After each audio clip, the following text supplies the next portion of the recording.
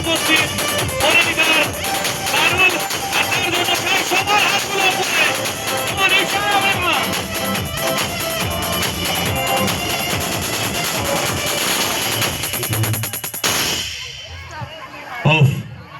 সেই শুরুতে দেখা হয়েছিল, আবার বিজয়া দশমীর উৎসবে দেখা হয়ে গেল আর কি।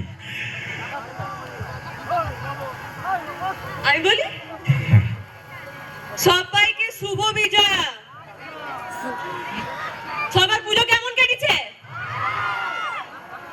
আগেবার জিজ্ঞেস করেছেন সবাই কেমন আছো, কিন্তু এবার জিজ্ঞেস করছে সবার পুজো কেমন কেটেছে।